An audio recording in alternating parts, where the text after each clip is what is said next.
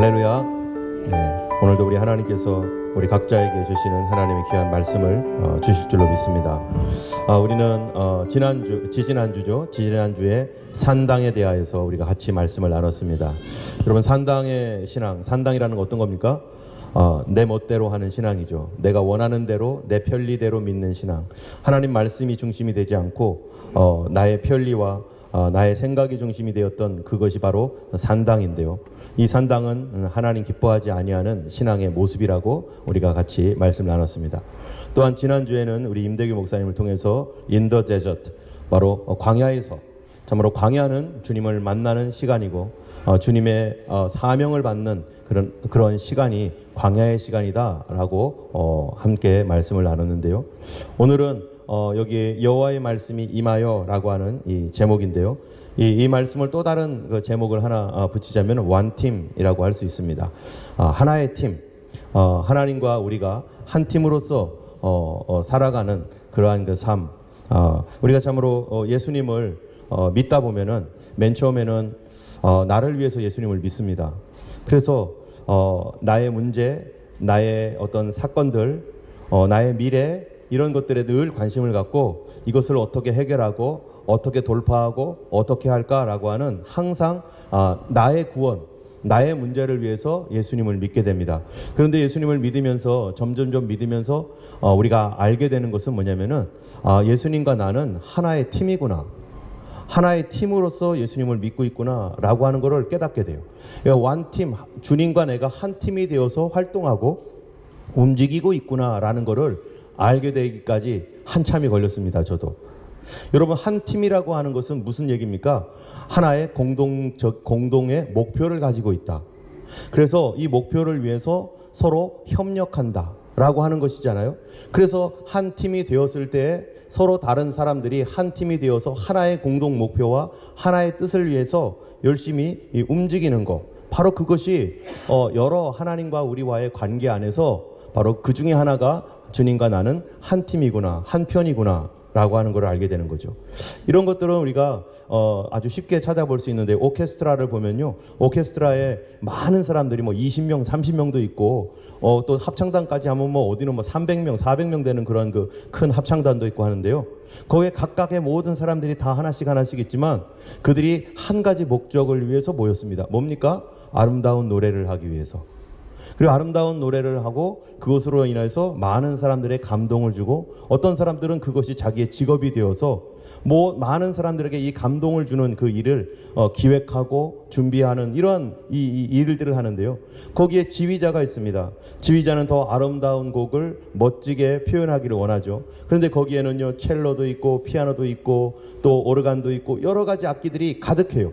근데 이 각각의 사람들이 이 지휘자와 함께 그 아름다운 곡을 연주하기 위해서, 또 개인 자신으로는 그걸 연주하면서 개인의 어떠한 기량도 늘리고 또 자기 자신의 만족감도 있고 자기가 좋아하는 거니까, 그래서 이 여러 사람들이 모여서 예를 들어서 비창이라든지 또는 모차르트의 곡이라든지 이런 슈베르트의 곡이라든지 이러한 그 노래들을 함께 공동으로 만들어서 아름답게 그거를 만든다는 것입니다.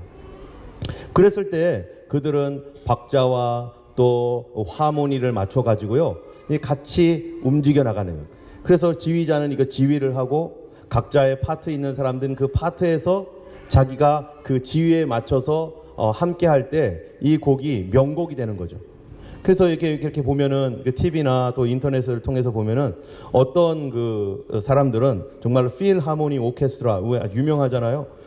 그런 사람들은 이렇게 들으면은요 벌써 느낌이 다르잖아요. 그리고 어떤 팀은 이게 그냥 아마추어 수준에 있는 팀이 있고, 어떤 팀은 정말로 딱 들으면은 또 듣고 똑같은 노래도 또 듣고 싶고. 여러분, 찬양도 마찬가지잖아요. 이 찬양이 똑같은 곡이 있지만 어떤 사람이 부르는 찬양은 한 번 듣고 그렇구나 하고 말아버리는데, 또 어떤 사람이 부르면은 이 찬양은요 그 감동이 있어서 듣고 또 듣고 이렇게 하게 된단 말이에요. 좀 더 고 퀄리티, 하이 퀄리티의 그러한 그 찬양이나 또 이게 음악이나 뭐 이런 것들이 있죠. 우리 여기서 오늘도 찬양팀이 있었는데요. 찬양팀이 찬양 리더의 인도를 따라서 또 각각의 그 드럼이 있고 오르간이 있고 또 뭐 피아노가 있고 여러 이런 것들이요. 어떻게 됩니까? 리듬과 박자라고 하죠. 박자와 또 화음을 맞춰가지고 이 연습을 해서 이 자리에 같이 모여가지고 늘 이렇게 하나님 앞에 찬양할 때 여러분 이러한 찬양들을 통해서 많은 와 참 너무 좋다 감동이다 라고 하는 것이 있잖아요. 만약에 연습도 안 하고 아무것도 안 하면요 뭐 아무것도 없겠죠 별로. 그런데 이거를 위해서 준비하고 하는 어떤 과정을 통해서 좀 더 완성도 높은 그러한 그 찬양을 하나님 앞에 올려드리는데, 그런데 이거는 여기까지는요 사람이 할 수 있는 일이에요. 그래서 사람에게 감동을 주는 것은 그는 얼마든지 할 수가 있죠. 연습을 잘하고 최선을 다하면. 그런데 여기에 하나님과 완팀이 된다면, 하나님과 하나가 된다면요, 그러면은 이 아름다운 찬양, 이 완성도가 높은 이 찬양과 하나님의 성령의 역사가 하나가 된다면 이 찬양이 단순하게 어떤 사람에게는 감동만 주지만 사람이 할 수 있는 거는 찬양을 통해서 감동까지는 줄 수 있잖아요. 그런데 이 찬양 안에 하나님의 성령의 역사가 있고 이 하나님께서 이 찬양을 통해서 뭔가를 하신다면 어떤 일이 생길까요? 그 시간에 치료가 됩니다. 그 시간에 하나님의 어떠한 그 마음에 묶여 있었던 모든 영적인 묶임들이 풀어집니다. 그 시간에 사람이 할 수 없는 하나님의 구원이 일어나고, 그래서 성령으로 거듭나서 새로워지는 것은 이 찬양팀과 누가요? 이 하나님께서 하나가 되어서 하나님의 공동 목표를 향하여서 그 일을 했을 때 하나님의 구원의 역사가 이렇게 나타나는 것이죠. 여러분, 하나님의 목표는 뭡니까? 우리 자신의 이 삶의 목표는 뭡니까? 결국에는 우리가 궁극적으로 따져가면요, 구원입니다. 여러분, 우리가 왜 일을 하죠? 일을 안 하면은 실패하니까, 먹고 살 수가 없으니까. 먹고 살지 못하면 뭐 하는 거죠? 죽죠. 그거를 위해서 우리는 열심히 공부도 하고 사업도 해보고 또 뭐 개인적인 어떠한 이러한 그 스트레스 해소를 위해서 뭐 이 스포츠도 하고 뭐도 하고 하는데, 결국에는 그게 다 뭔가 우리의 삶을 더 아름답고 행복하게 살고자 하는, 그냥 놔두면 우리는 망가지고 깨지니까 그러한 그 망가지고 깨지는 삶에서 구원을 위하여 우리는 노력을 하고 있는데, 그렇다면 하나님께서는 무슨 목표를 가지고 있는가? 하나님의 목표는 뭡니까? 성경에 보면 하나님의 목표는 한 가지예요. 그건 뭐냐면 죄와 사망 가운데 있는 그런 영혼들을 구원하시는 일이에요. 우리는 우리 인생이 사는 잠깐의 시간 동안에 나의 구원을 위해서 열심히 일을 하지만 하나님은 우리의 영혼을 위해서 오늘도 일하고 계시고, 그 영원한 구원을 위해서 하나님이 동행해 주시기 위해서 오늘도 구원을 위해서 일하고 계시는 것입니다. 때문에 이 요한복음 3장 16절에 보면은요, 영어로 한국어로 뭐라고 되어 있습니까? 같이 한번 아시는 분은 해볼까요? 시작. 하나님이 세상을 이처럼 사랑하사 독생자를 주셨으니 이는 저를 믿는 자마다 멸망치 않고 영생을 얻게 하려 하심이라. 하나님이 세상을 사랑했는데 그 사랑이 뭐냐? 바로 아무도 멸망치 않고 영원한 멸망, 영원한 저주, 이 땅에서도 사단의 그 세력 가운데 멸망과 저주를 받지 아니하고 하나님의 도우심과 구원 가운데 살 뿐만 아니라 영원한 하나님의 나라의 백성으로 살도록 하기 위하여 하나님께서 그 독생자를 보내주셨다. For God so loved the world that He gave His only and one Son, that whoever believes in Him shall not perish but have eternal life. 하나님께서 그 목적을 위해서 독생자 예수 그리스도를 아끼지 아니하시고 오셨다는 것입니다. 그러므로 하나님의 가장 중요한 궁극적인 하나님의 목표, 우리를 향한, 이 땅을 향한 하나님의 가장 중요한 목표는 어디에 있어요? 우리의 구원에 있다는 거예요. 영원한 천국으로 가는 것뿐만 아니라 이 땅에서 우리의 삶이 주님과 동행하는 구원의 삶 때문에 하나님께서는요, 우리가 오늘 찬양을 했지만 찬양이라든지 또는 예배라든지 아니면 여러 교회에서의 어떤 모든 활동들이 하나님께서 계획하시고 하나님께서 생각하고 계시는 바가 뭔가? 바로 어디에 있습니까? 모든 개개인의 삶의 구원에 있다는 것입니다. 우리 삶의 구원을 위해서 지금도 하나님은 사람들을 택하셔서 뭐해요? 찬양하게 하시고 예배하게 하시고 성경 공부하게 하시고, 이 모든 것은 하나님의 구원의 한 방편이라는 것입니다. 그런데 이런 구원의 한 방편에 사람들이 열심히, 예를 들어 제가 열심히 성경 공부를 가르치거나, 또는 어떤 분들은 이렇게 찬양팀이 열심히 찬양을 하거나 그렇게 하고, 또 교회에서 어떠한 그 서비스나 이런 것들을 한다 할지라도, 우리가 이런 거 하는 것은 사람들에게 열심히 하기 때문에 어떤 감동이나 잘한다라는 칭찬을 줄 수 있어요. 그러나 거기에 하나님이 함께하지 않는다면, 하나님의 구원의 목적에 부합하지 않고 주님과 상관없이 우리끼리만 한다면 거기에 뭐가 있겠습니까? 거기에는 그냥 칭찬과 감동만 있을 겁니다. 사람을 변화시키는 이 영혼의 치유라든지 육신의 질병의 치유라든지, 우리의 삶을 가로막고 있는 그 영적인 묶임이라든지, 우리의 이 여러 가지 삶의 정말 절망스러운 상황이라든지, 이거를 바꿔놓는 어떠한 하나님의 구원의 역사도 없을 거예요. 때문에 오늘 우리가 예배를 드리고 찬양을 드리고 또 기도를 하고 또 성경 공부를 하는 이 모든 것은 바로 하나님의 구원이라고 하는 이 목표와 우리의 하나님께 대한 열심과 충성이 함께 연합되어질 때 무슨 일이 일어나겠어요? 거기에서 하나님의 구원의 시간, 구원의 역사가 일어나는 것입니다.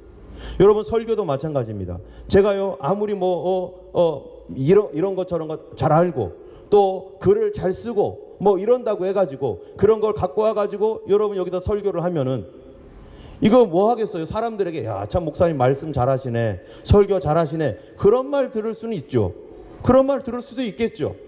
그러나 그 설교가 사람들의 영혼을 구원하고 사람 한 영혼의 삶을 바꿔버리고 병이 치료가 되고 사단의 세력을 깨뜨리고 그리하여 하나님의 놀라운 그 영광을 보게 되는 그런 일들은 있을 수가 없습니다. 왜요? 그건 내가 한 거니까. 나는 열심히 준비해가지고 편집을 잘하면 그런 일을 할 수 있겠지만, 그러나 하나님의 영이 나를 도와주지 않으면 아무것도 일어나지 않는 거죠. 때문에 찬양을 하는 사람이나 설교를 하는 사람이나 아니면 교회에서 여러 가지 봉사를 하는 사람이나, 그것이 내가 할 때 하나님의 완팀, 하나님의 구원의 완팀 안에서 하는가, 아니면 나의 그냥 나의 기쁨을 이루기 위해서 내 좋을 대로 내가 원하는 대로 하기 위해서 하는가. 오늘 제가 설교를 한 주간 동안 준비하면서 어떻게 준비했을 것 같겠습니까? 첫째 주 이 월요일부터 하나님 앞에 기도하고, 하나님 어떻게 할까요? 무슨 말씀을 전해야 될까요? 이런 것부터 하나님 앞에 차근차근 준비하고 그 과정 가운데 일하고, 지금도 아침에도 하나님 오늘 말씀 전할 때 하나님 내가 하는 게 아니라 하나님이 역사해 주세요. 그런데 문제는 뭐냐면은 하나님이 원하는 것을 하고 있느냐가 중요한 거죠. 내가 열심히 했다는 게 중요한 게 아니에요. 하나님 지금 이 시간에 하나님이 원하는 찬양을 하고 있는지, 지금 이 시간에 하나님께서 원하는 말씀을 전하고 있는지, 하나님께서 주신 것들을 가지고 하는지 아닌지, 이게 완팀의 가장 중요한 부분입니다. 하나님이 원하고 있는 그거를 하고 있는가. 여러분, 아마 찬양팀, 제가 알기로는 찬양을 준비할 때 우리 찬양팀 리더가 아마 기도하고 할 거라고 생각이 돼요. 하나님, 이번 주에는 어떤 찬양을 하면 좋겠습니까? 저도 하나님 여기에 있는 그 열왕기상이라는 말씀들이 있지만 이 안에서 또는 하나님 어떤 말씀을, 어떤 메시지를 전해야 되겠습니까? 사실 저는 오늘 이 말씀을 전하기 위해서 너무너무 힘들었습니다. 하나님 앞에서 일주일 동안 이렇게 생각한 바가 있고 그런 것이 있지만은 이거를 준비하는 과정에서 막 굉장히 힘든 시간을 어쨌든 겪었어요. 그거를 생각하면서 제가 뭐를 생각했냐면, 내가 영적으로 많이 흐려져 있구나. 하나님 앞에 내가 영적으로 많이 다운되어 있구나. 예전에는 하나님 앞에서 이렇게 말씀을 딱 받으면 그 말씀이 준비가 되지 않아도, 조금만 준비돼도 말씀이 막 무한대로 나갈 수 있을 정도로 계속해서 부으시는 그 은혜가 있어요. 그런데 어떨 때는 내가 영적으로 다운되어 있거나 영적으로 무너져 가고 있을 때는 많이 준비해놔도, 아무리 많은 것을 준비해놔도 그것이 하나로 나오기가 어려워요. 오늘 아침까지 막 머리를 싸매가며 하나님, 그래서 안 되니까 어떡하겠어요? 기도하는 것밖에 더 있겠어요? 여러분 오늘 알아서 들으셔야 돼요. 제가 준비를 제대로 못했을 수도 있어요. 하나님께서 일을 시작하시고, 그리고 그 하나님의 말씀에 따라서 우리가 그 감동을 받고 그 찬양을 준비하거나 말씀을 준비할 때 하나님께서 하셨던, 하나님께서 말씀이 임하심으로 시작되었던 그 일은, 그리고 거기에 우리가 합당하게 하나님 앞에 순정하여 따라갔던 그 일 안에는 반드시 뭐가 있을까요? 하나님의 구원의 역사가 반드시 일어납니다. 그런데 또 한 가지의 변수가 하나가 더 있는데 그건 뭘까요? 바로 듣는 회중이 간절한 마음으로 듣는가, 어떻게 듣는가, 그것에 따라서 그것이 그들에게 정말로 하나님의 강력한 말씀으로 그를 변화시키는 놀라운 능력이 되거나, 아니면 그 마음을 다듬으로 말미암아 그것이 나에게 별로 영향을 미치지 않는 그냥 또 하나의 지나가는 시간이 될 수도 있다는 것입니다. 그래서 하나님 말씀을 증거하는 자나 찬양을 인도하는 자, 그리고 회중들, 이 셋이 어떻게 돼야 됩니까? 하나님의 그 구원의 목표에 한 마음으로 반응하고 주님 앞에 따라가는 때, 그때 하나님 놀라운 역사들이 일어나는 것입니다. 여러분 베드로를 보세요. 어느 날 베드로가 기도하는 시간이었습니다. 기도하는 시간에 기도를 하는데 다락방에서 기도할 때 갑자기 하나님께서 환상을 보여줬어요. 그거는 그 여러 가지 그 부정한 짐승, 구약 성경에서 말하는 부정한 짐승을 하나님 열어놓으시고 베드로야 잡아먹어라, 이거를 3번을 하나님께서 보여주었습니다. 베드로가 고민을 했어요. 하나님께서 왜 잡아먹으라고 할까? 하나님이 깨끗게 하셨다라고 왜 말씀하셨을까? 이게 도대체 뭐지? 그가 기도하는 가운데 하나님의 메시지를 받았는데 이해가 안 되는 거예요. 그랬을 때 갑자기 거기에서 사람이 왔어요. 그래서 문을 똑똑똑 두드리는 거예요. 그 사람은 이 이탈리아 사람, 이탈리아대의 백부장입니다. 이방인이었어요. 그가 사람을 보내와서 이 베드로를 찾는 거예요. 그럴 때 베드로가 문을 열어주니까 성령께서 감동하시기를 그 사람을 따라가라. 그래서 베드로는 그 사람을 따라갔습니다. 이건 이방인을 따라가서 이방인에게 말씀 전하는 것은 안 된다라고 생각했던 베드로였는데, 하나님께서 보여주셨던 환상과 그가 알게 되었던 그 성령의 감동, 그거를 따라서 하나님께 순종해서 이방인에게 가면 안 되는데도 그러한 그 관습을 깨고 갔습니다. 그리고 거기 가서 무엇을 했습니까? 예수님의 복음을 전하는 거예요. 예수님의 말씀을 전했습니다. 예수님께서 우리를 위해 죽으시고 우리 죄를 대속하기 위하여 어린 희생양으로 오셨고, 그를 믿는 자가 그 구원을 받고 그는 부활 승천하셨고 하는 이런 단순한 복음 메시지를 전하는데, 여러분 그게 베드로가 공부를 많이 한 사람도 아니고 대단한 사람도 아닌데 바로 하나님의 말씀이 베드로에게 임하고, 베드로는 그 말씀을 따라 이 고넬료의 집에 가고, 그 고넬료에게 하나님 말씀을 전하는 그 순간에 하나님께서 뭐를 하신 거예요? 성령을 부어주셔서 그곳에 놀라운 구원이 어린아이로부터 어른에 이르기까지 다 성령의 충만을 받고, 그것 때문에 이방 전도의 길이 열리게 된 것입니다. 이거는 베드로도 놀랐겠죠. 여러분, 베드로가 성령이 임하게 했습니까? 베드로가 성령을 준 겁니까? 베드로가 성령을 준 게 아니에요. 누가 준 겁니까? 하나님께서 주신 것인데, 그 하나님께서 주신 그 시작이 뭐였느냐? 하나님의 말씀이 베드로에게 임했기 때문에, 그리고 그가 그 말씀을 순종했기 때문에. 이 오늘 본문에 보면 엘리야에 대한 이야기가 나옵니다. 엘리야는 우리가 소위 말하는 위대한 선지자, 대단한 선지자라고 우리가 다 알고 있습니다. 이 엘리야는요, 아합이라고 하는 사람이 왕으로 있었을 때 그가 하나님께 쓰임을 받아서 타락한 이스라엘을 다시 회복시키고 되돌려 놓는 일에 하나님께서 사용한 귀한 선지자입니다. 여러분, 아합은 어떤 사람입니까? 이세벨의 남편인데요. 이스라엘이란 나라가 타락을 해서 아합 왕 당시에는 최고의 타락 가운데 있었습니다. 그 타락한 모습이 오늘 본문 16장 29절에서 33절까지인데요. 한번 읽어보겠습니다. 다시 한번 읽어볼 때 이 31절부터 보면요, 이렇게 돼 있어요.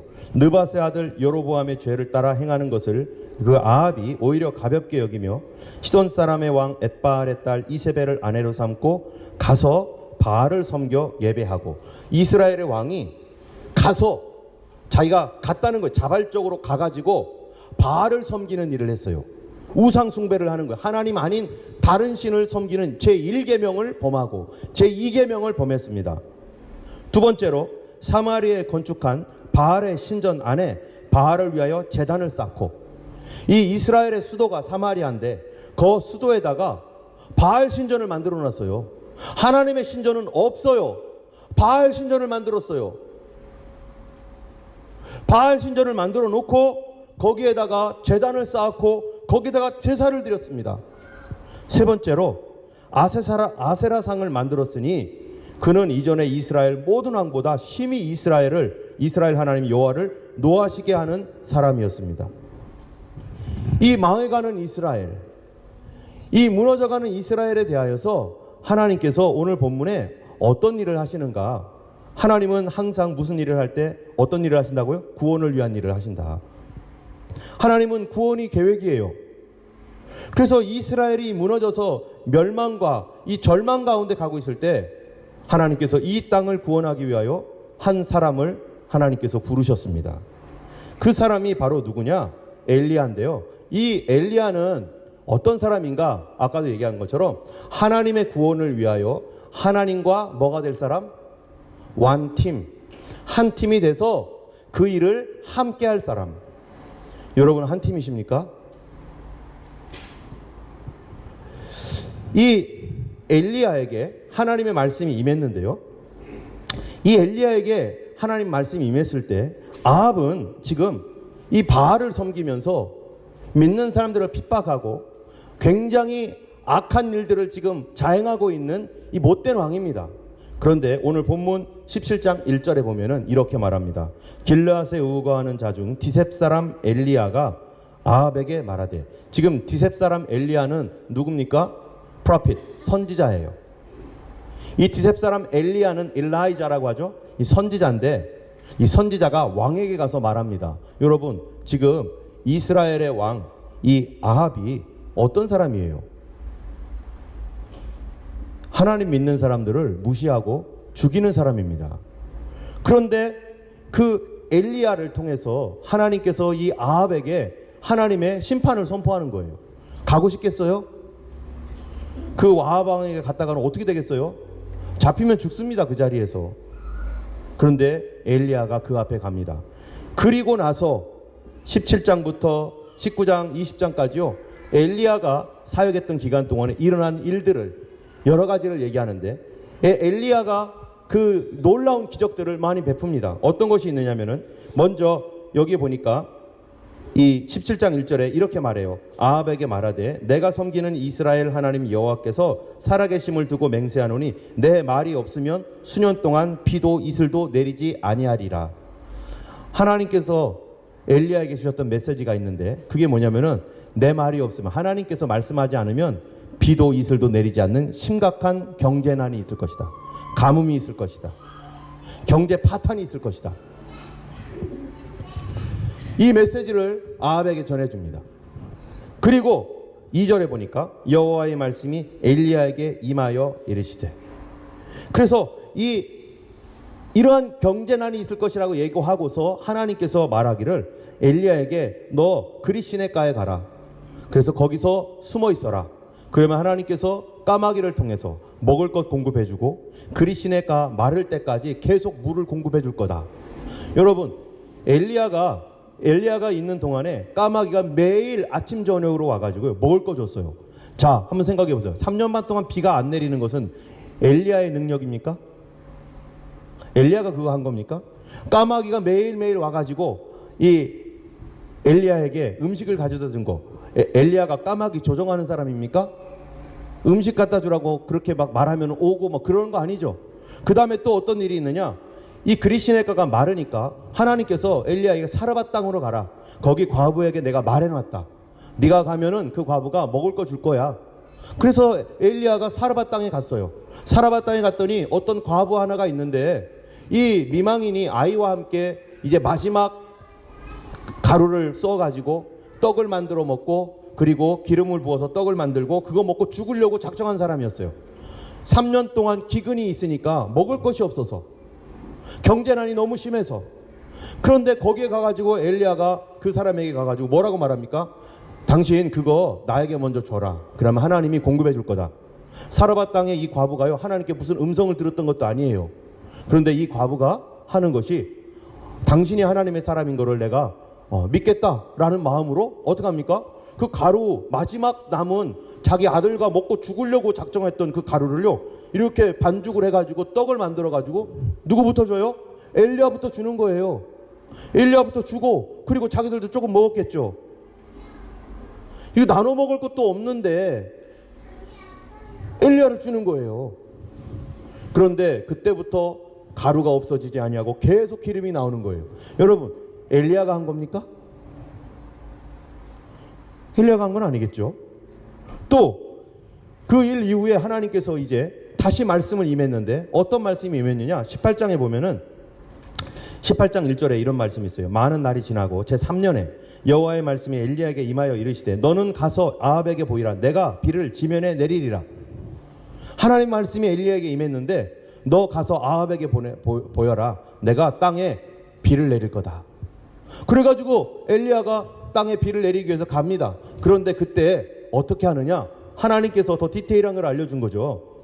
이 땅에 비가 내려지려면은 결국 무엇 때문에 이 땅이 경제적 어려움을 겪었어요? 바로 바알을 우상 숭배하고 아세라 신을 섬기고 하나님을 믿는 사람들을 핍박하고 선지자를 죽였던 그 아합의 죄악 때문에 이 땅이 이렇게 고통을 받고 있는데 하나님께서 이제 3년 반 뒤에 비를 내리겠다고 이렇게 말씀하니까 뭐부터 처리를 해야 되냐면은 그들의 죄악부터 처리해야 되는 거예요. 죄로 말미암아 기근이 왔고 죄로 말미암아 질병이 왔고 죄로 말미암아서 가난이 왔는데 이 가난을 하나님 해결해 주기 위해서 먼저 없애야 될 건 바로 그 죄, 우상 숭배, 하나님을 무시하고 하나님 말씀을 등 뒤로 던졌던 그 죄. 그래서 그 죄의 가장 핵심적인 그 근원이 어디였냐면 바알 숭배였습니다. 그래서 엘리야가 아합에게 말하기를 바알을 숭배하는 사람들과 아세라를 숭배하는 모든 제사장들, 선지자들 다 데리고 와라. 내가 그와 대결하겠다. 그리고 어떤 대결을 합니까?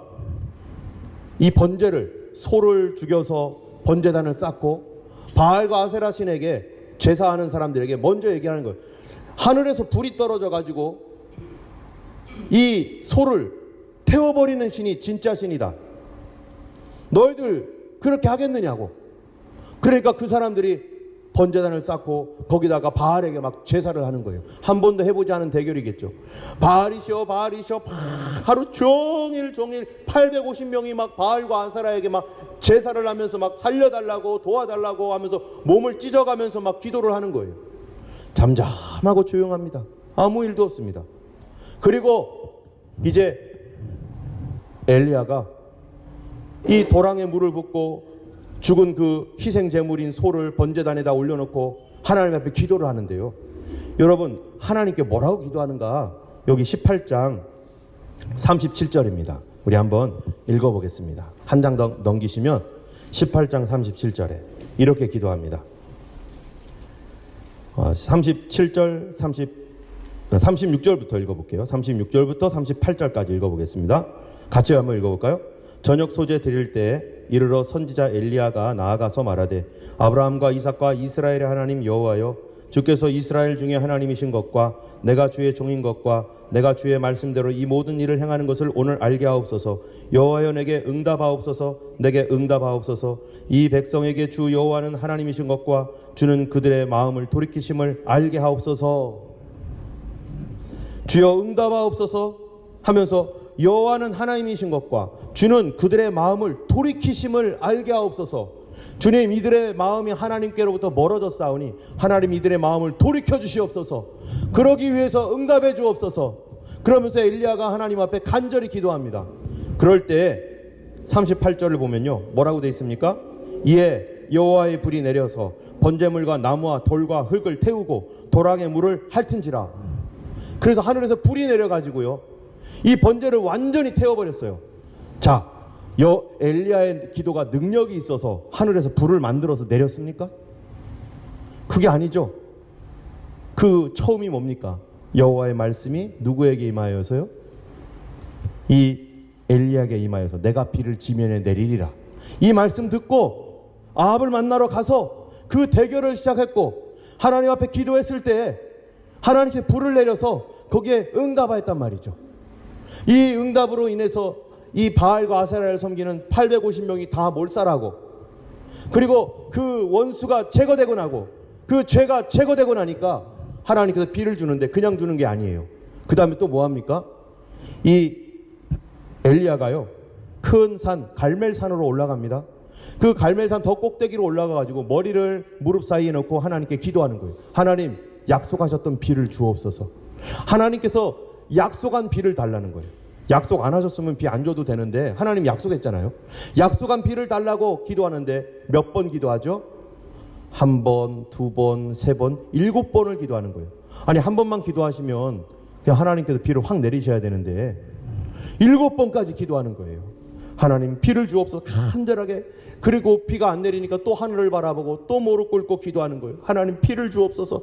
또 하늘을 보니까 비가 안 내려요. 또 무릎 꿇고 기도하고, 이거를 7번을 기도하면서 드디어 저 바다 끝에서 손바닥만한 구름이 일어나는 걸 보고서 비가 내리고 온다, 곧 비가 내린다 해가지고요, 엘리야가 빨리 내려가가지고 아합왕에게 비가 내릴 겁니다, 빨리 가십시오. 누가 비 내리게 한 겁니까? 엘리야의 능력이 비를 내리게 하는 겁니까? 아니면 이 하나님의 능력이 엘리야를 통해서 나타난 겁니까? 우리가 겉으로 보기에는 엘리야가 3년 반 기근을 내린 것 같고, 겉으로 볼 때는 그래요. 그리고 까마귀를 조종해가지고 매일매일 먹을 것을 얻은 것 같고, 또 중간에 또 하나가 있는데, 그건 뭐냐면 사르밧 땅의 과부의 아들이 죽었어요. 죽으니까 또 엘리야가 하나님께 기도해가지고 이 아들을 살려요. 또 기름과 또 가루가 떨어지지 않도록, 또 비가 내리도록, 하늘에서 불이 내리도록, 이게 엘리야가 다 한 거예요. 여러분, 엘리야를 보는 사람들의 시선이 어떨까요? 야, 엘리야 가까이 하면 큰일 나겠다. 엘리야 잘못했다가는, 엘리야에게 말 잘못 걸었다는 무시다 했다가는 우리 죽겠다. 엘리야 대단한 사람, 엘리야 위대한 사람, 엘리야 같이 됐으면 얼마나 좋을까. 엘리야 난리가 났어요, 온 세상에. 근데 엘리야가 한 겁니까? 하나님께서 이스라엘을 회복시키고 이스라엘을 구원해서 다시 하나님이 기뻐하시는 나라, 거룩한 백성, 하나님의 소유된 그런 거룩한 제사장 나라 삼으시려고 하나님께서 엘리야와 뭐가 되어서요? 한 팀이 돼서 그 땅을 구원하기 위해서 엘리야를 사용하셨다는 겁니다. 지금 요즘 동계올림픽 하고 있잖아요. 여러분, 우리나라의 많은 쇼트트랙이라든지 이런 사람들이요, 열심히 지금 경기를 하고 있어요. 거기에 우리가 금메달 딴 것도 있고요, 은메달, 동메달 이런 거 땄습니다. 우리가 볼 때는, TV에서 볼 때는요, 거기에서 금메달 딴 사람 얼마나 영광스럽습니까? 그런데 그 금메달 딴 사람이 자기 혼자 했습니까? 우리가 볼 때는 그 사람이 한 거예요. 그런데 자기 혼자 한 게 절대 아닙니다. 그 뒤에 누가 있죠? 감독이 있잖아요. 코치가 있잖아요. 우리나라가 2002년도 월드컵에서 정말로 지금도 이루어지지 않고 있는 세계 4강에 올라갔습니다. 그 세계 4강에 올라갈 때 그때 감독이 누구였습니까? 히딩크였어요. 히딩크. 그래서 그 당시에 제가 호주에 있었는데 사람들이요, 그 2002년도에 이 한국 팀이 월드컵 4강에 올라간 걸 가지고 2002년도에 한국이라면 다 알아요. 그래서 자부심이, 우리는 4강에 있었어, 우리나라 무시하지 마, 그런 그 자부심이 우리가 있었잖아요. 그런데 국가대표 11명이 축구를 뛰었는데, 여러분, 이 축구를 뛰어서 4강에 올라간 것이 그들이 열심히 해서 된 겁니까? 그들이 잘해서 된 거예요? 물론 그들이 열심히 했죠. 그런데 그 뒤에 누가 있었습니까? 히딩크라는 감독이 그들의 잘못된 습관, 잘못된 사고방식, 그들이 훈련을 할 때 또 고쳐야 될 것들, 더 임프루브 시킬 것들, 이런 것들을 다 알고 그 앞에서 현장에서 뛰어내는 그 사람들을, 그들이 그 히딩크 감독과 코치들이 훈련을 시키고, 그래서 이들이 한 가지 목표, 뭡니까?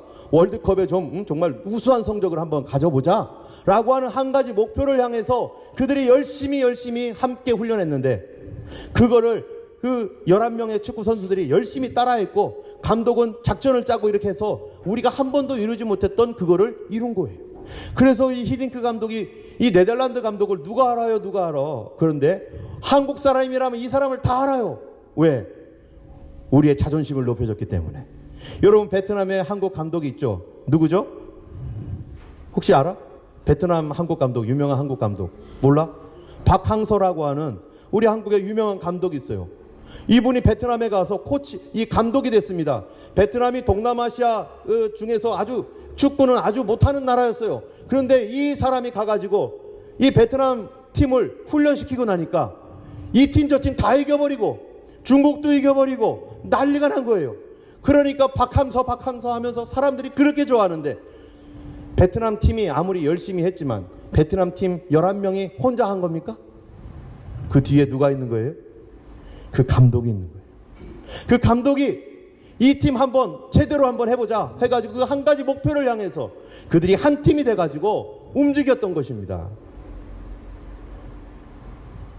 이 공부도 마찬가지잖아요. 공부도요, 아이가 혼자 열심히 해봐야 되지 않는 경우가 많습니다. 그러면 얼마나 좋은 선생님을 섭외를 했느냐, 튜터. 이 과외 선생님, 이걸 어떤 사람을 만났느냐에 따라서요, 이 아이가 성적이 쑥 올라가거나 아니면은 아무렇지도 않고 그냥 그저 그러거나.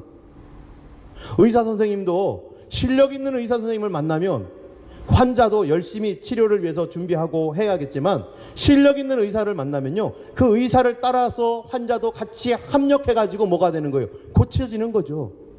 근데 실력 없는 의사는요, 또는 의사는 실력이 굉장히 있는데 환자가 안 따라주면요, 하나의 목표, 고침받겠다라는 이 목표가 됩니까? 안 됩니까? 안 되는 거죠. 하나님의 구원도 마찬가지입니다. 여러분, 사람의 구원도 서로가 전문가와 그 일을 함께하는 사람들이 열심으로 함께 노력하여서 가는데, 이 전지전능하신 하나님은 실패하지 않습니다. 전지전능하신 하나님은 그 일을 반드시 이뤄내. 사람은 실패할지라도, 인간 감독은 실패하지만 우리 하나님은 실패하지 않아요. 그 하나님께서 위대한 구원을 위해서 누구를 찾고 있다고요? 한 팀 될 사람을 찾고 있다는 겁니다. 여러분, 아까도 얘기했지만 아합 시대에 어떤 일이 있었는가, 우리 한번 잠깐 아합 시대를 아까 봤던 것처럼 이 우상을 숭배하고 그랬는데요, 엘리야가 말하는 아합 시대에 엘리야가 3년 반 동안 기근이 있을 것이라고 한 다음에 그 아합 시대에 무슨 일이 있었는가 한번 18장 10절 18장 10절 한번 읽어보겠습니다. 같이 읽겠습니다. 시작. 당신의 하나님 여호와께서 살아계심을 두고 맹세하노니 내 주께서 사람을 보내어 당신을 찾지 아니한 족속이나 나라가 없는데 그들이 말하기를 엘리야가 없다 하면 그 나라와 족속으로 당신을 보지 못하였다는 맹세를 하게 하였거늘. 이게 누가 말하는 거냐면 오바댜라고 하는 사람, 아합의 신하인데요, 아합 곁에서 아합을 도왔던 신하 중에 하나님을 신실하게 그래도 믿고 있었던 사람이 있어요. 그런데 이 엘리야가 3년 동안에, 3년이라는 기간도 말하지 않았죠. 비가 있지 않을 것이다 라고 말한 뒤에 이 아합이요, 엘리야 찾겠다고 온 나라와 족속을 이잡듯이 다 뒤졌어요. 잡히기만 하면 뭐 하는 거예요? 죽는 거죠. 잡히기만 하면 죽습니다. 또 이세벨은 어떻게 하는 줄 아세요? 그 아내 이세벨. 자, 13절 한번 보겠습니다. 13절 같이 읽겠습니다. 이세벨이 여호와의 선자를 죽일 때 내가 여호와의 선지자 중에 100명을 50명씩 굴에 숨기고 떡과 물로 먹인 일에 내 주께에게 들리지 아니하였나이까. 이세벨이 뭐 했다고요? 여호와의 선자를 싹 잡아 죽이는 일을 했어요. 얼마나 큰 핍박이 일어납니까? 그 나라가 지금 어떻게 되고 있느냐? 지금 무너지고, 지금 이 다른 종교, 이 우상 종교로 바뀌어가고 있는 이때에 하나님께서 바로 이 나라를 회복시키고 돌릴 사람을 찾았는데, 여러분, 이 회복시키고 돌릴 사람을 찾는 데 있어서 제일 중요한 게 뭡니까? 완팀 정신이 있는 거예요. 하나님과 같은 마음. 여러분, 하나님과 같은 마음이 뭐겠어요? 나도 이 나라를 보니까 이 나라가 이러면 안 되겠다. 하나님, 이 나라를 살려주세요. 하나님, 이 나라를 보호해주세요. 하나님 믿는 신앙으로 다시 회복되게 해주세요라고 하는 간절한 마음이 있는 그 사람이 있었어야 되는 거예요. 근데 바로 엘리야가 그런 사람이었습니다. 여러분, 19장 한번 읽어보겠습니다. 19장 엘리야의 마음이 어떤가? 19장 10절입니다. 함께 읽겠습니다. 시작. 그가 대답하되 내가 만군의 하나님 여호와께 열심히 유별하오니 이는 이스라엘 자손이 주의 언약을 버리고 주의 제단을 헐며 칼로 주의 선자를 죽여 싸움이며 오직 나만 남았거늘 그들이 내 생명을 찾아 빼앗으려 하나이다. 이 엄청난 핍박의 시기에 엘리야는요, 내가 열심히 특심하다. 옛날에는 특심이라고 써요. 유별나다. 영어 성경에 보니까 영어 성경에 뭐라고 됐냐면 이렇게 돼요. I have been very jealous for the Lord God Almighty. 하나님께 대하여 이 열심히 특별하다. very jealous하다. 그래서 하나님 앞에 내가 그 열심이 뭡니까? 하나님 이 민족을 돌이켜주세요. 그 얘기가 어디 나옵니까? 아까 읽었던 18장에 거기 기도에 나와요. 18장 몇 절이죠? 37절. 한번 읽어볼까요? 다시 18장 37절. 여호와여 내게 응답하소서, 내게 응답하소서. 이 백성에게 주 여호와는 하나님이신 것과 주는 그들의 마음을 되돌이키심을 알게 하옵소서. Answer me, answer me. So these people will not that you, the Lord, are God, and that you are turning their heart back again. 그들의 마음을 되돌이키시는 하나님인 걸 알게 하옵소서. 이 엘리야의 마음속에 그 마음이 간절했던 거예요. 이스라엘 백성의 마음이 회복됐으면 좋겠다. 그리고 이 땅에 다시 비가 내려서 하나님의 축복을 받았으면 좋겠다. 이 간절한 마음, 이 나라가 구원받았으면 좋겠다. 이 사람이 구원받았으면 좋겠다라고 하는 간절한 마음이 하나님과 한 마음이 되었고, 그 한 마음을 가졌던 그 엘리야에게 어느 날 하나님께서 말씀이 임한 겁니다. 엘리야가요, 어떻게 했을까요? 그 한 마음을 갖고서 막 맨날마다 놀러 다니고 그랬을까요? 하나님 앞에 나아가 계속적으로 기도합니다. 여러분, 이사야는 어땠습니까? 이사야 6장에 보면요, 우시야라는 왕이 죽던 해에 이사야가 답답해가지고 하나님이 이 나라 이제 어떡하죠? 이 나라 이제 어떡합니까? 해가지고요, 우시야 왕이 죽던 해에 그가 어디를 갔느냐? 하나님의 성전에 가가지고 기도합니다. 나라를 위해 기도하는 거예요. 하나님 도와주세요. 이 나라를 도와주세요. 이 나라 바르세게 도와주세요 했더니, 그때 기도할 때 엘리야에게 하나님의 메시지가 오는 거예요. 내가 누구를 보내며 누가 나를 위하여 갈꼬. 그때 이사야가 주님, 제가 여기 있사오니 나를 보내소서. 그래서 이사야가 하나님께 쓰임받는, 그 시대를 바꾸는 하나의 선지자가 되었던 것입니다. 여러분, 성경에 보면은 누가복음 1장 17절에 보면은요, 이런 말씀이 있습니다. 제가 읽어보겠습니다. 또 저가 엘리야의 심령과 능력으로 And he will go on before the Lord in the spirit and power of Elijah to turn the heart of the fathers to their children and descendants to the wisdom of the righteous to make ready a people prepare for the Lord. 엘리야의 심령과 능력으로 주 앞에 가서 아베의 마음을 자식에게로, 거스리는 자를 의인의 슬기에 돌아오게 하고 주를 위하여 세운 백성을 예비하리라. 이게 무슨 말입니까? 엘리야의 심령이 뭐라고요? 돌아오게 하고 싶은 거예요. 회복시키고 싶은 거예요. 구원하고 싶은 거예요. 이 마음이 누구와 같아요? 하나님 아버지의 마음과 같습니다. 여러분, 하나님께서요, 이 이스라엘을 돌이키기 위해서 엘리야만 사용하셨을까요? 엘리야만 그런 일을 사용한 거 아닙니다. 하나님께서요, 여러 왕들을 사용했습니다.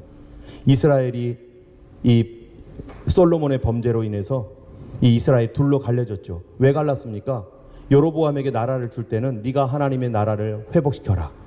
이 10지파를 줄 테니까 네가 회복시켜라 라고 했어요. 그런데 여로보암이 어떻게 했을까요? 어느 날 가만히 생각하니까 이스라엘 백성들의 신앙이 회복되고 하나님을 잘 믿으면 자꾸 유다로 내려가서 성전에 가서 예배드리고 그럴 것 같으니까, 예루살렘 유다는 남유다고 자기는 북이스라엘인데 이거 안 되겠다 해가지고요, 3가지를 합니다. 첫 번째, 단과 베델에다가 송아지 우상을 만들어 놓고 하나님이라고 하는 거예요. 아니, 하나님께서 자기를 왕 삼아가지고 네가 하나님 말씀 잘 순종하면 다윗처럼 영원토록 오래토록 왕자리에 있게 하겠고 네 후손들이 왕이 될 거다, 다윗의 집처럼 세우겠다고 했는데, 그거를 의심하고 믿지 않고 베델과 단에다가 우상을 만들어 놓습니다. 두 번째로, 제사장을요 아무나 시켜버렸어요. 세 번째로, 하나님의 절기가 있는데 이 절기에 예루살렘에 꼭 가야 되는데 못 가도록 자기가 절기를 한 달 뒤로 미뤄가지고 7월달 절기를 8월달로 만들어가지고 이상한 종교 만들었어요. 성경과도 다른. 그래서 이 일을 계속 하기 때문에 하나님께서 이 여로보암이 죽고 그 아들 나답이 2년 만에 죽고 구테타가 일어났습니다. 그래서 여로보암 집이 완전히 몰살을 당했어요. 바하사라는 왕이 되었습니다. 그러면 하나님의 뜻은 뭡니까? 그거 고치는 것이 하나님 뜻이겠죠. 그걸 고쳐야 되는데 안 고치는 거예요. 하나님이 그를 세웠는데, 하나님이 왕이 되도록 은혜를 베풀으셨는데 왕 바하사가 안 고치는 거예요. 왜요? 그렇게 처음에는 이 나라가 이렇게 되면 안 되겠다 해가지고요, 뭐 화가 나가지고 쿠데타를 일으켰는데 자기가 왕 되고 보니까 마음이 바뀐 거죠. 마음이 바뀌어가지고 이게 나에게 좋구나. 사람들이 자꾸 밑으로 내려가면 안 되겠고 나를 중심으로 있어야 되니까 안 고치는 게 낫겠다. 여러분, 사람이 정권 잡으면 마음 바뀝니다. 다 바뀌었잖아요. 우리가 보고 있어요. 전 정권 바꿨잖아요. 얼마나 마음 바뀌었습니까? 앞으로 정권 어떻게 될지 모르죠. 안 바뀌길 위해 기도해야 돼요. 마음만 바꾸도록. 그리고 바하사도 자기 아들에게는 물려주고 자기 아들 얼마 후에 죽고 엘라가 죽고 또 쿠데타가 일어나요. 안 고쳐요. 쿠데타가 계속 일어나는데 그 사람이 왕이 되고 안 고쳐요. 이게 무슨 말이에요? 하나님께서요, 왕 되는 게 얼마나 어려운 겁니까? 그런데 하나님이 한 나라의 왕을 시켰다는 것은 대단한 은혜입니다. 엄청난 은총입니다. 그런데 이 큰 은혜를 받고서 어떻게 해요? 하나님을 배반해요. 여러분, 사람이요, 하나님의 은혜를 받았다고 좋은 믿음 갖습니까? 거룩한 신앙 됩니까? 하나님에게 너무너무 좋은 은혜를 받고 성공하고 고쳐지고 엄청난 하나님의 은혜를 받았다고 해서 그 사람이 과연 좋은 신앙이 될 것인가? 아닙니다. 무엇과 싸웁니까? 내 인간의 이기심, 인본주의적인 이기심과 하나님 말씀과 항상 비교해 보면서 어디를 택할까 하다가 왕들은요, 하나님을 택한 게 아니라 누구를 택해요? 자기 자신을 택했어요. 자기의 탐욕, 자기의 이기심, 나의 이익을 택해버렸어요. 다윗과 같은 한 사람 나오기가 얼마나 어려운지, 우리가 예수님을 믿으면서 좋은 신앙 갖기가 얼마나 어려운지, 은혜 받았다고 다 좋은 신앙 되는 게 아니라 대단한 간증을 했던 사람도 나중에 다 무너지고 깨지고 다 부서지고 타락하고, 좁은 길 가는 게 쉬운 게 아니죠. 진실한 사람 찾기가 얼마나 어려운지. 왕들을 세웠지만 은혜 받고서도 다 떠나갑니다. 배반합니다.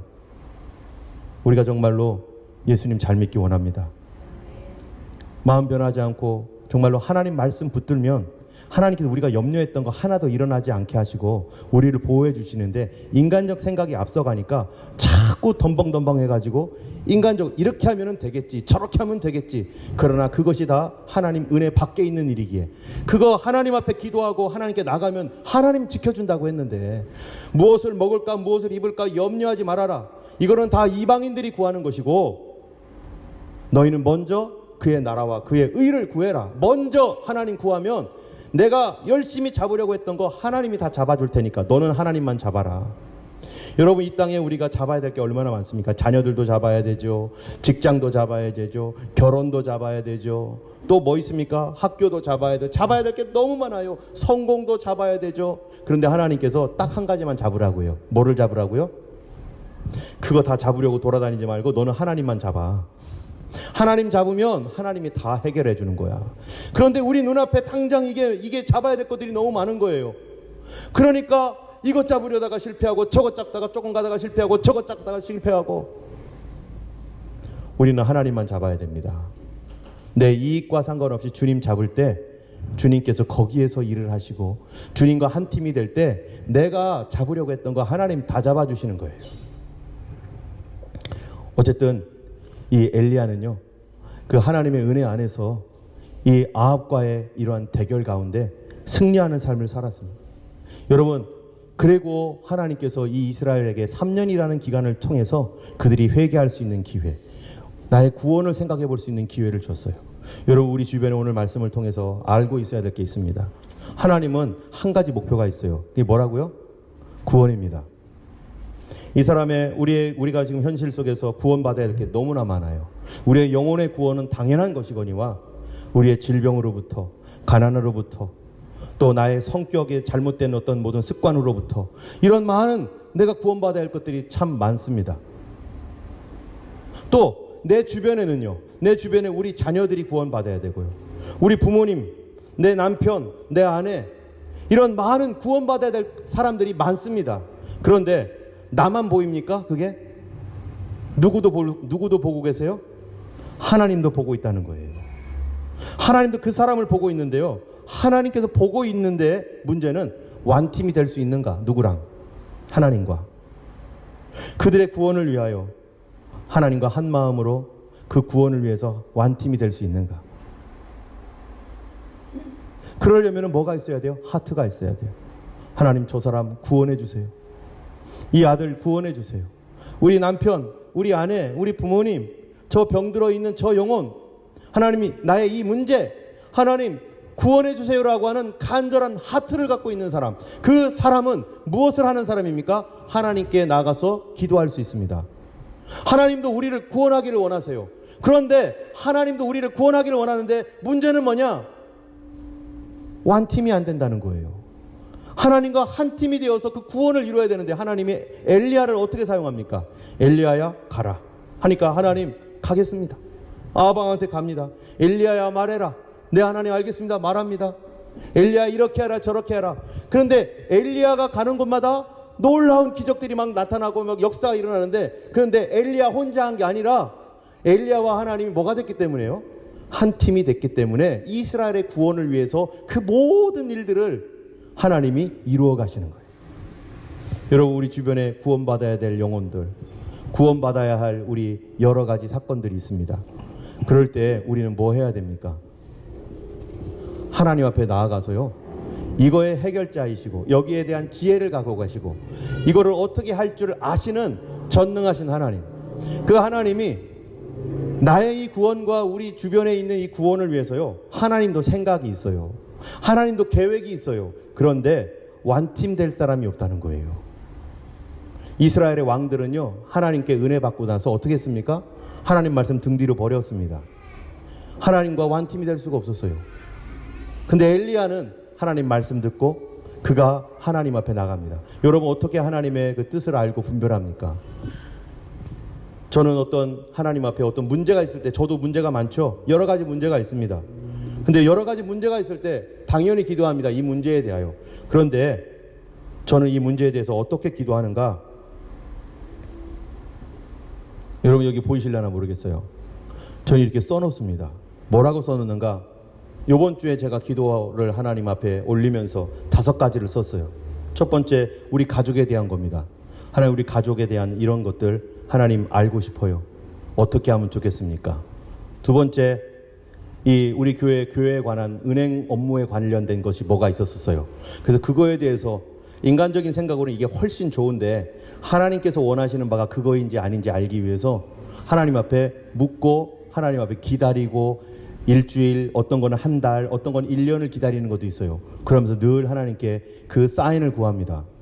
그런 거 있었어요. 세 번째로는요, 우리 교인 중에 이 하나님의 지혜가 필요한 사람이 있습니다. 하나님의 도움이 필요한 사람이 있습니다. 그 사람에 대하여 하나님, 내가 어떻게 하면 될까요? 내가 이 문제에 대해서 어떻게 반응해야 될까요? 라고 여기다 써놔요. 그리고 하나님 앞에 기도하며 또 수시로 항상 거기에다 안테나를 세웁니다. 혹시 하나님께서 이거에 대해서 언제 말하실까? 어떻게 말씀하실지 내가 보기를 원한다. 네 번째로, 우리 교회 앞으로 미래에 대해서 하나님 앞에 써놨습니다.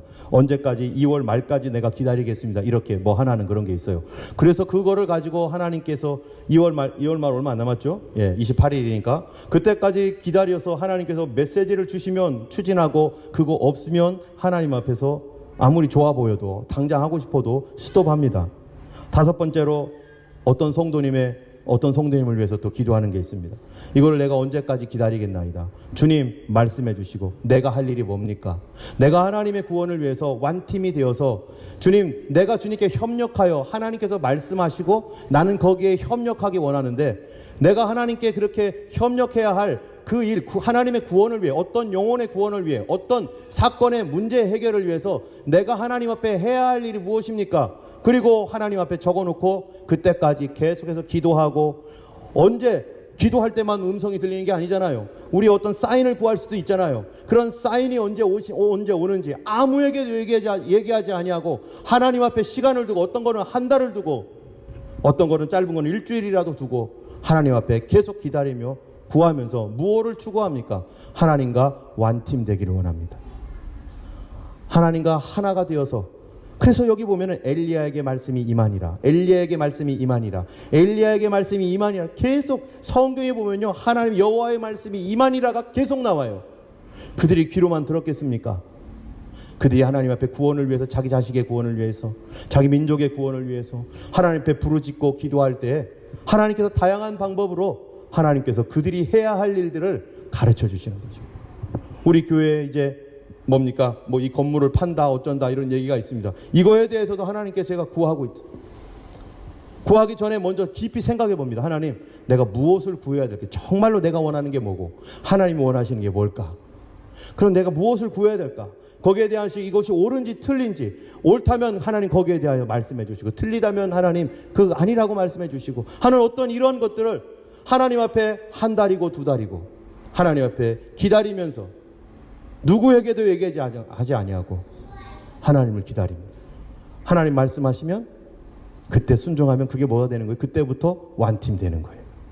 하나님의 구원이 그때부터 시작되는 거예요. 여러분, 하나님 지혜가 있습니다.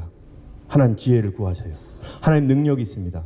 하나님 능력을 구하세요. 그런데 하나님이 구하는 게 있습니다. 나와 한 팀 될 사람. 누가 나와 한 마음으로 한 구원을 위해서 갈까? 여러분 자녀들과 가족을 위해서 많이 구했을 것입니다. 그런데요, 또 구해야 될 게 있어요. 그럼 이 자녀를 위해서 내가 어떻게 하기를 원하십니까? 이 문제를 위해서 내가 어떻게 행동하기를 원하십니까? 이것을 하나님 가르쳐 주세요. 언제까지 기다리겠습니까? 무엇을 하겠습니까? 우리가 하나님과 한 팀이 되어 갈 때 우리는 많은 간증들을 할 수 있을 것입니다. 물론 내가 잘못 실수해가지고 이렇게 잘못 갈 수도 있어요. 그러나 그런 실패와 실수와 이런 것들을 우리가 넘어가면서 아하, 하나님께서 이렇게 하시는 거구나, 하나님을 알게 됩니다.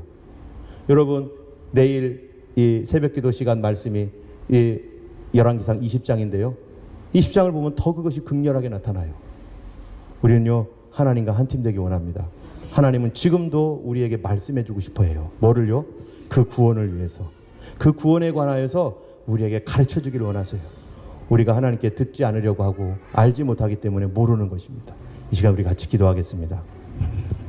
우리 하나님 앞에 구할 때, 하나님, 내가 참으로 하나님과 한 마음 되기 원합니다. 누구든지 구원받기를 원하시는 하나님, 모든 사람이 구원에 이르기를 원하시는데 하나님, 그 하나님의 그 구원을 위해서 제가 해야 할 일이 뭐겠습니까? 주님, 제가 어떻게 하기를 원하시나이까? 주님, 제가 묻기 원합니다. 주님, 주의 뜻대로 순종할 수 있게 해주시고 주님과 한 팀이 되어서 하나 되어 나갈 수 있는 저희 되게 하옵소서. 이 시간 우리 같이 우리 하나님 앞에 잠시 기도하겠습니다. 기도하겠습니다.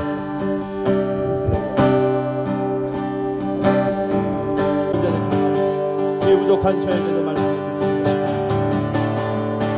할렐루야. 끌어내시고 나타내 주시옵소서. 걸어가신 하나님 아버지, 천지를 지으신 하나님께서 참으로 먼지보다도 못하고 더 작은 나의 기도를 들으시는 겸손하신 하나님인 것을 너무 감사합니다.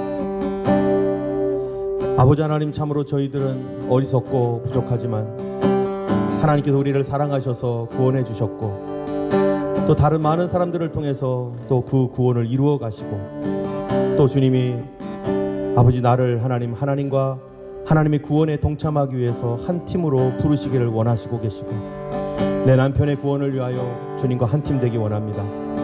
내 자녀들의 구원과 치료를 위하여 주님과 한 팀 되기 원하오니, 아버지 하나님이여, 참으로 이 땅의 구원을 위하여 주님과 한 팀 되기를 원하오니, 주여 하는 그 뜨거운 마음을 가진 사람들이 주님 앞에 묻고 하나님 주님을 기다릴 때, 주여 구원을 위해서 역사하시는 하나님의 역사가 하나님 나의 파트에, 나의 부분에서 하나님 순종할 수 있도록 하나님 앞에 나아가는 저희들 되게 하여 주시고, 이 일을 통하여 하나님 우리 가정의 구원과 이 땅의 구원들이 일어나도록 하나님 우리를 써주시고 우리 교회를 사용하여 주옵소서. 오늘도 우리와 함께 하신 주님께 감사하며 우리와 대화해 주시는 주님께 감사드립니다. 이제는 우리 주 예수 그리스도의 놀라우신 은혜와 하나님 아버지의 크신 사랑과 성령님의 감화 감동 위로 인도 교통하심이 주님과 한 마음이 되어서 한 구원을 이루기를 원하는 주의 모든 백성들 머리 위에 이제로부터 영원토록 함께 하시기를 간절히 축원하옵나이다. 아멘.